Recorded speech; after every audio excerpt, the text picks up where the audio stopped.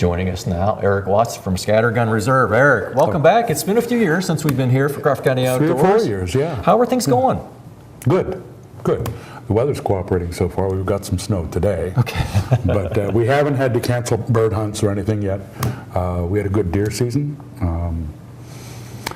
And I don't know, if they say maybe a mild winter, that'll help us. You know, we can hunt as long as there's no more than maybe 5-6 inches of snow. Any more than that, it gets really hard on the dogs. I've been dying to ask you this question. So the state of Pennsylvania Game Commission changed the whole rules with pheasant hunting, and now you got to buy a separate license to go pheasant hunting, but that doesn't cover the preserves. You can come to the preserve site. So compare and contrast. Tell the whole story about that. Well, it certainly helps a business like mine.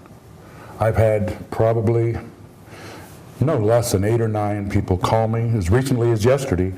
I want to book a hunt. I'll be darned if I'm going to spend $26 and change on a pheasant stamp. Plus, as I understand it, they also cut down the number of birds that they released, I think by 140,000, or it was a substantial cut. So less birds, more money. I think it was a really big mistake on the Game Commission's part. So are people calling and asking to schedule hunts now? Oh yes, yes, absolutely. We hunt, actually our season runs from September 1st all the way through the end of April. And actually March and April we do a lot of, well, spring hunts if you will. The cover's lighter, but that's when we hunt chucker, and we have a hybrid bobwhite quail. It looks just like a bobwhite, but it's about twice the size and they fly really well. Some of the concerns about regular bobwhite is when you're hunting with dogs, and we do get some inexperienced hunters out here. They don't get very far off the ground. No, they don't. And you know, you're a dog owner. I mean, you're out here with your dogs all the time.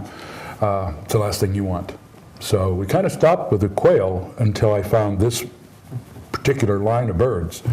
They fly hard, fast, and high, and they're a lot of fun. But those spring hunts, they're a really good time. No, it's still pheasants, of course. But I want to talk to you about dogs here in a minute. But okay. As you get to, so my typical thing would be I'd come out with you, or get out to the preserve maybe a couple times before the season, and then go out in the season and take advantage of the Game Commission releasing those birds for me, and then come back a few times after the season, Sure. And to keep the dog working, right, on real birds, over a long stretch of time, and now you've got to know Crash pretty well here, and he's just a phenomenal hunter, and I think not to me that seemed to be the right call for him, to give him a nice long, really stretch it out over many months rather than just really hammer it just in a few weeks, And that's what these dogs live for. They would rather hunt than eat or anything else, and the longer you can do it, obviously the better. I got to tell you, when I first met Crash, your dog, I wasn't sure about him. He looked like he was overweight.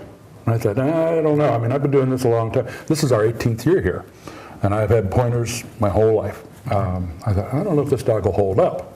Well, that was wrong. That dog, he's an energy bomb. He just doesn't get tired. I've never seen a dog with more energy, more drive. Now, he is a flushing dog, and I appreciate them, but I'm a pointer guy, and I always will be. So, I tease my brother, who's 2 years older than me. I said, now when I get older, I'll get a pointing dog too, because so we have this little debate. So let me have that debate with you. So pointing dog, flushing dog, compare and contrast. One of the fellows that guides for me, his name's Gary Truitt, from Edinburgh. Great fellow, great personality, passionate hunter. He raises and trains labs. He and I have been going round and round and round for years out here. Which dog's the best? Well, what I finally did is I agreed, this has been 5-6 years ago, I said, I'll tell you what, let's put 2 together. His dogs are very well behaved, very well trained. It's a great combination. It really is, to the point where I just contacted Gary, and I think well, everybody's going to know it once I say it. I think I'm going to buy a flushing dog to work with my pointers. Okay. Although, I got to admit, Crash has me thinking twice about some of the different breeds, of flushing dogs. But the style, watching a pointer, I've been here 18 years, I don't know how many thousands of points and on hunts that I've seen. I still never get tired of watching that dog turn to molasses and lock up on point. That just pops my cork. And I like that too. I don't know what it is about me, but it's like I don't mind getting down in the thorns and in the weeds and everything. So I'm like right in there with the dog, you know. Right, sure. So I'm in the. So usually if I have several guys with me, it's like, all right, you guys make sure you're open. You can get your gun up, and I'll go down in the thick stuff and see if we can chase them out. And it's I don't know why, but it seems like I end up getting the birds more often. You know, it's like there's one little hole, and the bird just happens to go in that hole, and I can shoot at it. You know, but the flushing dog. It only really works if they stay close to you. Well, if one pushes out too far and chases the birds too far away, then nobody's happy with that. No. And to be honest with you, on hunts like ours, where our clients are paying to hunt, it's going to happen once in a while. Dogs, you're going to get a running pheasant because pheasants run first, fly later. If they can not fly, they'll run. And I don't have to tell you, that dog gets long on you. 80, 90 yards out, up comes a nice big ringneck, and he's not in range. So that is really important to me. I have a couple guides that have had flushing dogs that we just couldn't rein them in, and I have to be careful and protect the interests of our customers. That's the thing. That's the thing about the flushing dog is if you have one that listens well, that'll you're too far out. They'll do what you tell them. Well, Crash is like that. You have that's them trained really well. I know. I always hunt my dogs with a training collar. Very seldom will they ever get shocked. It's usually just the tone. They hear it, they know to behave, but if that collar's not on them, it's like, I can go play. And they tend to get a little bit longer sometimes, a little bit longer, but you've got that buzzer. Usually just all they have to do is hear it. It's like, okay, I'll behave, and then they're back. But I don't know. When I'm bird hunting, I love bird hunting more than anything. When I'm deer hunting, that's maybe my favorite. We do spring gobbler guided hunts. When I'm doing that, that's my favorite. It's just... Well, if I was only allowed to have one hobby, thankfully my wife doesn't let me to one, but if I was only allowed to have one, it would be pheasant hunting. That would be my top one. And deer hunting would be up there in the top 5. Yeah. And turkey hunting would be in the top 10 probably, but I love the bird hunt. I love to be out there stomping around, and it's like it sort of an excuse for exercise, and I love doing it. Love shooting guns. Love having the dog out there. It's funny when the guys come and maybe it's their first or second time that they've ever come on a hunt. What they talk about is, that was fun shooting a bird. Oh, that was a great working with those dogs. That's always what they want to talk about after. To see something that's, we're going to talk about Butch here in a minute, but to see something that's designed to be out there hunting in its perfect element, and having the time of its life, doing what it's all about. It's like that's what this is. That's what I'm here for. Before every hunt, we go through a very comprehensive safety talk, and we go through, we go through it, you have to. But one of the things I tell them, I said, watch the dogs. Just watching them, and a lot of our guests out here have never hunted over dogs. Some have, but watch the dogs, and invariably the second or third bird, because I'll point it out when I'm guiding, watch him, he's getting, the dog slows down, or if it's a flushing dog like Crash, he gets all excited and bouncing. We call it being birdie, and invariably, the tail's not really going, and it starts going so fast you can't even see it, And invariably, at the end at lunch, if we're hunting all day long, if we're back in here for lunch in the lodge, or after the hunt, you're right, that's what they comment on. God, watching those dogs was amazing. So. And to me, for me too. I mean, I feel good. I've got the dog worked all season long. He's ready to go. We're out there. Maybe we bring some back. That's great. Sure. And the dog, they can't be happier. That just makes their life complete. Yeah. Well, what do you think about Butch? Butch, the new guy here. The new member of the team. Crash is his papa, so he comes from a good line. Mama was from a good line too. Sure. And I'm excited for the future with Butch. Oh, yeah, and Crash is what, 5? Crash is 5. So he'll have a teacher for a lot of years. And I swear dogs do learn from each other. I brought a lot of pointers on working them when they were young with one of my older dogs. I'm doing that right now with Chester and his daughter Lil, who's, she's just a year old. She's still got a ways to go, but... We're still kind of in the puppy phase with Butch, where he wants to bite, he wants to bite the older dogs, whatever, and Crash doesn't put up with that. He's not understanding about that. Well, Butch is how old now? He's just about 5 months old now. Okay. Well, if he can get those little legs going through the snow, what do we got? 4 inches out there, maybe. Be kind of fun to watch. So I'm looking forward to having the pair of them for down the road. My mental debate will be, okay, now I can take out one dog, and when he gets worn out, I'll go back to the vehicle and get the other dog out. Although probably the more realistic thing is I'm going to be the one that be worn out, and both dogs will be fine, and they'll be, come on, let's go. So that'll be where we'll have to be making that choice down the road. Right. Most of our hunts here are half-day hunts. We're in the field 3.5 hours, something like that, and those dogs, they can manage it. And like I think you've heard me say this before, I think. The only thing better than watching a good dog work is watching two. And I just think it adds to the excitement. Plus,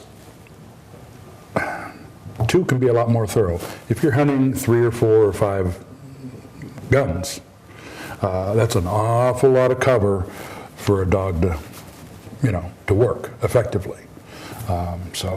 One dog, to me, one dog maybe with 2 guys, maybe 2 dogs, maybe it's perfect with 3 or 4 guys. That Right. seems to work out, because if you get the guys lined up in a row, and the dogs tend to want to work back and forth in front of them, and Crash, that's one thing that I've always been real pleased with him. Again, we go out with my brother with his pointing dog, and they stay out of each other's way. They there's a little competition about who gets to retrieve, because that's Crash's favorite thing. That makes it all worthwhile when I get to bring that bird back. That's right. That's right. And we'll see about Butch. We'll see if how that all comes along.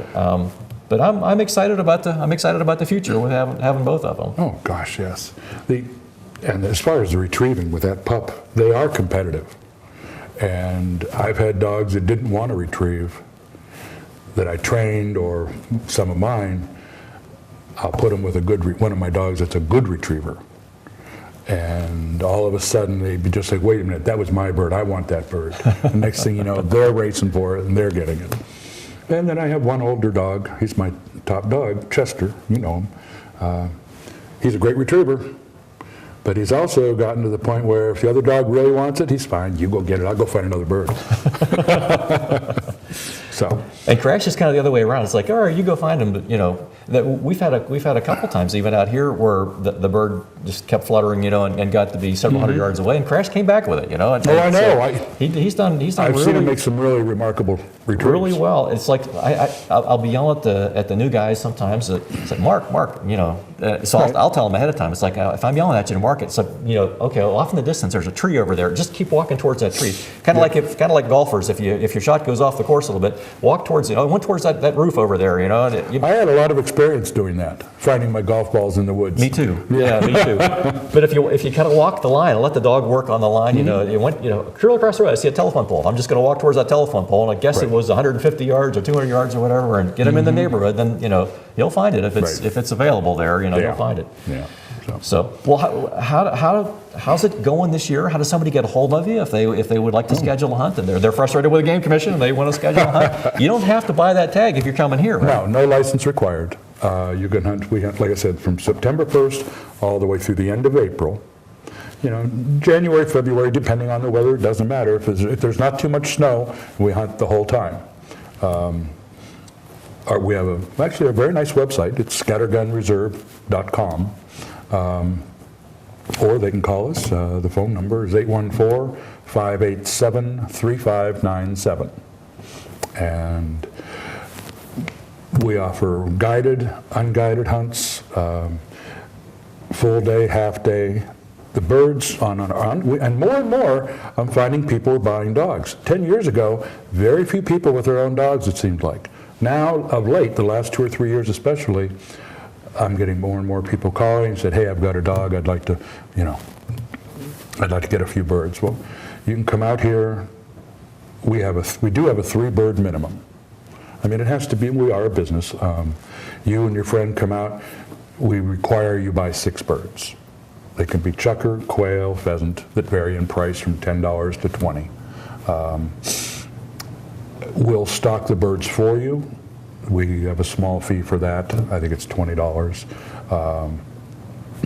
And I have a number of fellows, especially if they're training dogs, they want to set the birds themselves. So we'll box them up, give them a crate, and we have carts that they can use to go out in the fields, set their birds with flag. We have these orange flags, so they know and work. But yeah, we've been doing this a long time. I think we have it pretty well figured out. The fields, I'm really proud of. They hunt really well. There's walking trails, and then there's food plots, milo, sorghum, plots of switchgrass, of course goldenrod and brush and all of that. It's funny when you come out real early in the year, you can't even get into the switchgrass. It's so dense. No, you're right. But then after the snow's kind of pushed down, everything else, that's good cover then in the wintertime. And that's the reason we did it, because we rely on that switchgrass once the snow has knocked a lot of the other stuff down. February, March, and April. That provides us really good cover for hunting. So we can hunt effectively through the entire season. Well, Eric Watson, Scattergun Reserve, thanks for hosting today. Well, thank you. I appreciate it.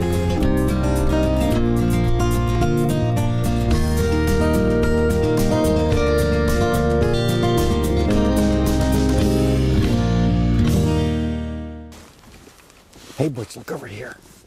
Hey, Butch. Good boy.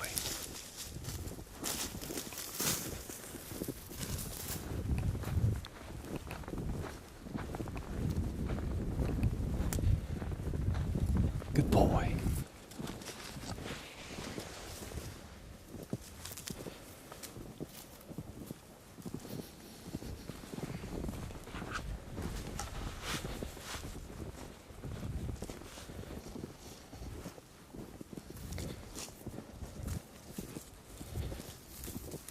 Now find that bird.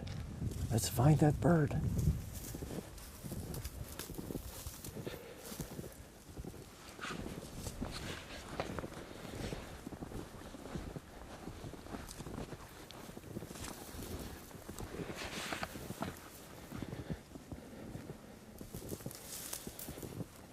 Good job. Find him.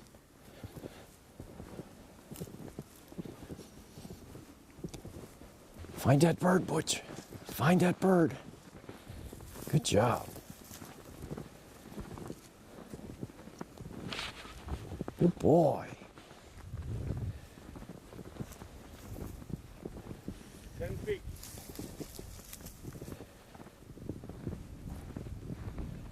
Here, Butch. Find him. Good boy. There's a bird. Find him. Let's find him. Find him. Good boy. Right there. That's him. Get him. Get him, Butch. Get him. You got him. Find him. Here, Butch. Here. Find him. Find him. Get him out of there. Good boy, Butch. Here, Butch. Here. Right here. What do you got? What's right there? Find him. Find him, Butch. Butch, we got a bird here. Let's get him. Let's get him. Here we go. Here, Butch. Good boy. Let's get the bird. Let's get that bird. Butch, let's find that bird. Good boy. Did you get him? Get the bird. Get the bird. Good job. Okay. Come on.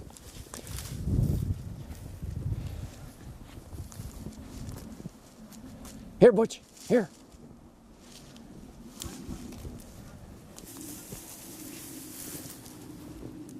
Let's find him. Butch, here. Find him. Butch, look here. Butch, look here. What is this? Look here, Butch. Look here.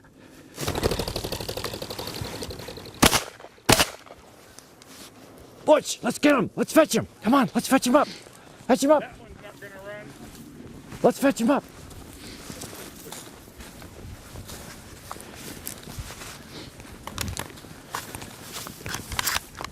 Let's fetch him up. Come on.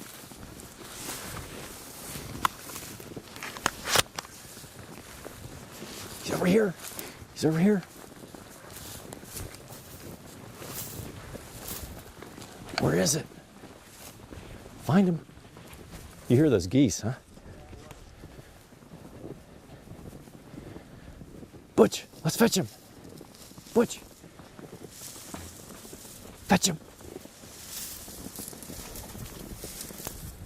Butch, find him, find him.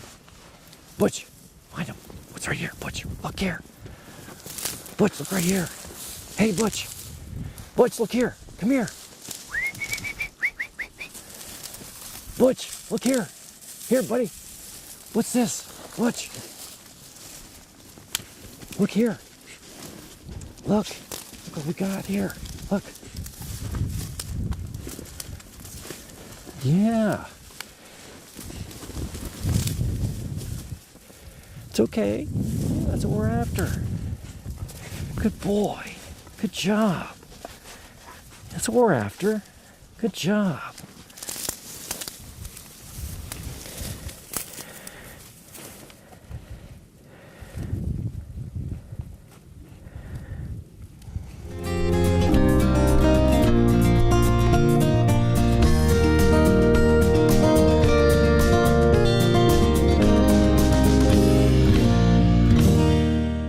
Well, Eric, our cheeks are rosy, so I guess we had a successful hunt here. What do you think? Yeah, we did. How's Butch?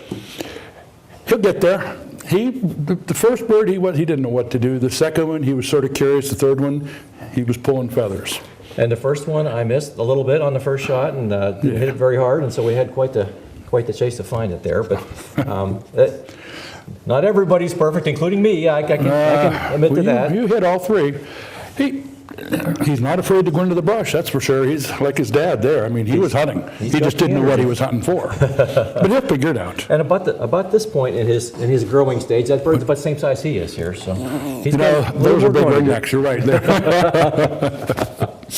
Hi. Yes. You're a sweetheart. All right, so we got more work to do, but we're definitely off on the right foot. Oh, with Butch sure. here. Butch, I'm going to put you on the floor here. Well, Eric, thanks for having us here at Scattergun Reserve today. All right, we're going to head off to see Chef Lisa now. She's working on a pheasant recipe for us today with Butch's first bird. So looking forward to that, so stay tuned. Joining us now, Chef Lisa Beck. So Lisa, you take the dog out for a hunt, and once in a while you bring home a bird. So what do you do then? You cook it. Good idea. Yes, and that's what we're here to do today. Okay. That's what we do. So we're doing something new that I've never tried before, but it's going to be delicious. We know it will be. It looks great. We started off already because it's a timely process. This is a step-by-step thing, and we, for time's sake, we wanted to get it all in. So what I did was I sautéed 3 chopped pieces of bacon, and then I had diced up a half of an onion, 3 small carrots, and a rib and a half of celery. And we took the bacon out and we cooked the vegetables in that bacon grease. I like it already. You had a magic word that you said there? Bacon. Bacon goes with everything. And so then we took it out because we don't want to crowd our pot. So the next thing we're going to do is we're going to turn up our stove, our stove here, and then we're going to add the pheasant. And the pheasant itself, it calls for 2 pheasant breasts. But you can also use a large pheasant, which Duane has already cut up, and he's on the show in the past. We boned the pheasant, and I showed how to do that. So take it all off carefully, and every little piece you take it off. Make sure anything that's white or yellow, you get rid of that. Take it out. Yep. Save all. So can I throw it in? Throw it in. I've turned it up. We're going to throw it in there with about 2 cloves of garlic, and we're going to salt and pepper it. And we're just going to brown it. You don't have to overcook it because we're going to throw it into the soup. Salt, little pepper.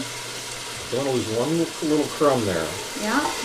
Worked hard boning that guy. You did. There's a lot in there. This is going to be great. So we're cooking it up. There's about a tablespoon or 2 of butter in there just to get it going. And I'm going to let you stir that, Duane. Yay, my specialty. Your left-handed stir, if you can use it. And we're just going to brown that. I'm going to add a little bit more now that we moved it around.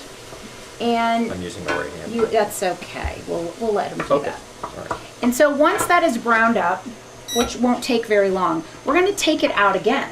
And we're going to put it with the vegetables. And then what we're going to do is we're going to add, and I like this one too, a half a cup of dry white wine.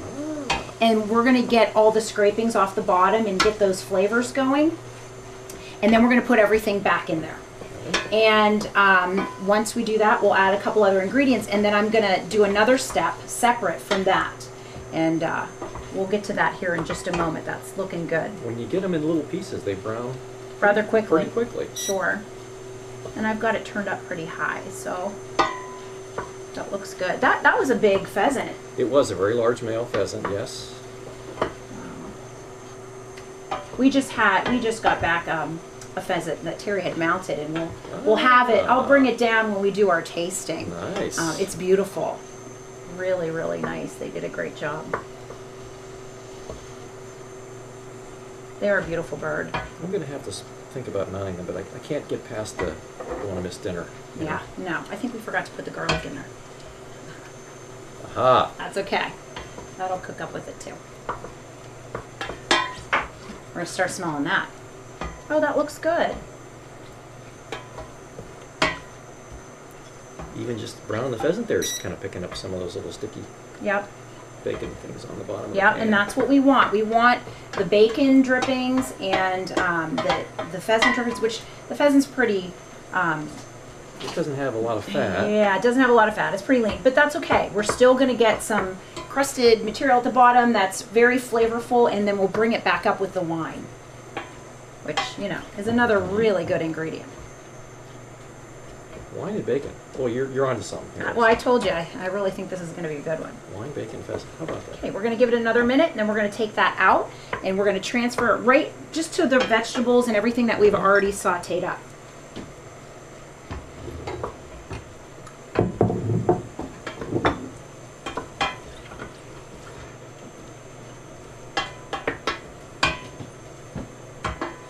Smells great. It really Sure smells does. good.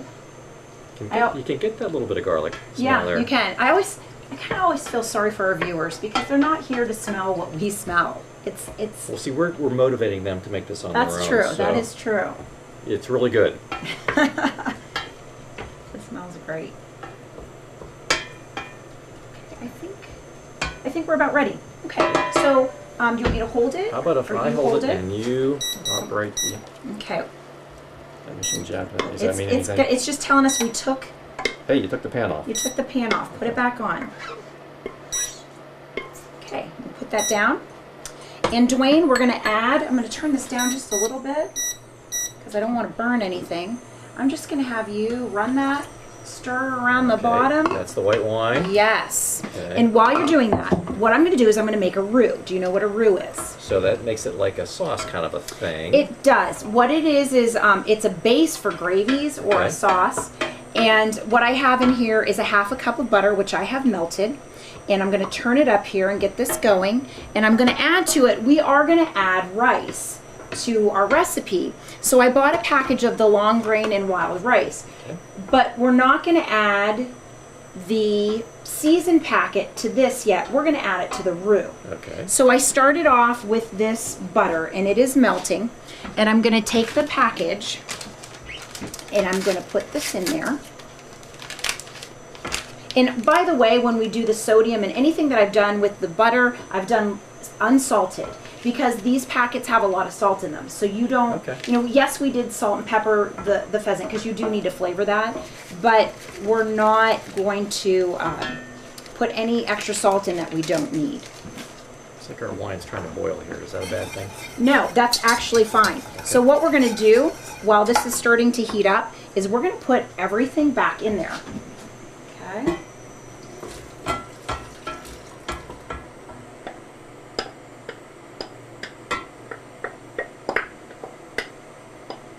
Wow, that smells great. Okay. And Duane, I'm going to add to that about 6 cups of low sodium chicken broth. Okay. And I'm going to turn this up because we want this while I'm making this roux to start going and simmering there. Okay. I'm also going to add about a half a teaspoon of coriander, which is a spice that I don't typically use. And I went to the store to buy some, and I really liked the smell. I thought it was great. So we're going to let that go. This is starting to thicken up, and I want it to start to boil a little bit because I'm going to add a third of a cup. Whoops, I forgot the rest of this. A third of a cup of our flour, just all-purpose flour. I use unbleached. And we want this to start thickening up because it's going to thicken up that soup. Okay. I'm also, while you're doing that, going to add the rice itself. So that can also get in there and start cooking. And you got the kind of rice that's half rice, half white rice, and half wild rice. Long correct? grain and wild rice. Long grain and wild rice. Yes. So this is starting to thicken up. And I'm using a whisk. I always use a whisk when I make gravy or I make a roux because it keeps it from lumping up. And this is perfect. I'll let that go a little bit.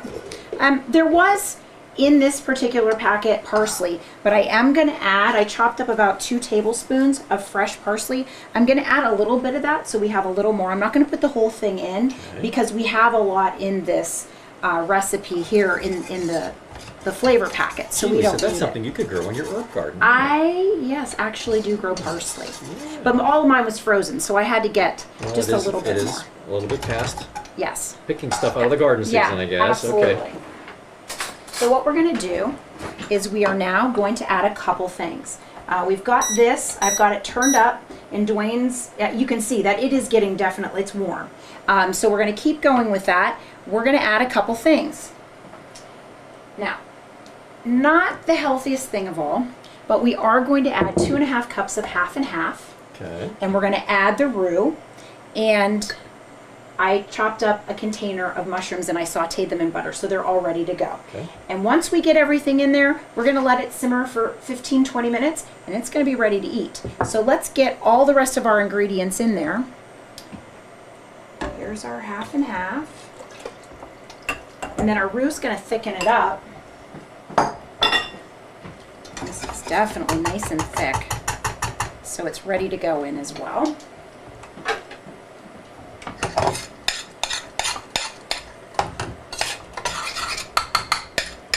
Yep, boiling and everything. So we're going to put that in there. We're going to add the mushrooms, let it simmer for 15-20 minutes. And I have a feeling, Duane, this is a keeper. Okay, it's already getting thick. I can feel it. Yeah. It needs to simmer because we've got to cook that rice as well. It would probably be thicker, I guess, if I was stirring it handedly, but Well, you know, the left-handed is the way to go. So, just saying. So we're going to put those mushrooms in there, let those cook. And we need about 15-20 minutes, and we'll be ready to serve some soup. it smells great already. It does.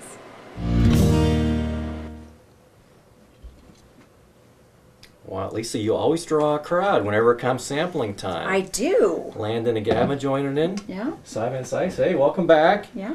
Thanks. Tammy Sands, it's good to see. How about those wild games this year, huh? That was really fun. Really So, fun. so Butch is joining in too, but you don't get any soup, so I'm going to put you down here. Sorry, Butch. buddy. Thanks for getting the bird, though. Okay. Are we ready? Yeah. Okay. Yeah.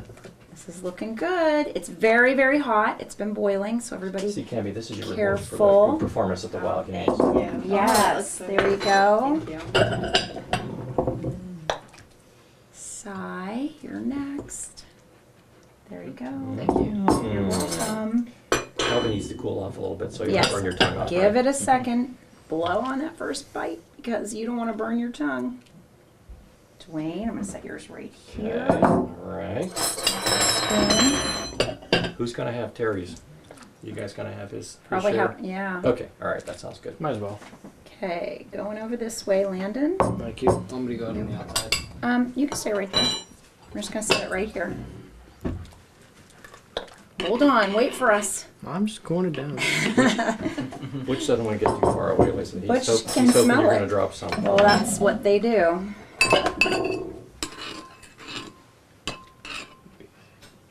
All right. Well, everybody, I think it is that time. Don't burn yourself. It's smoking.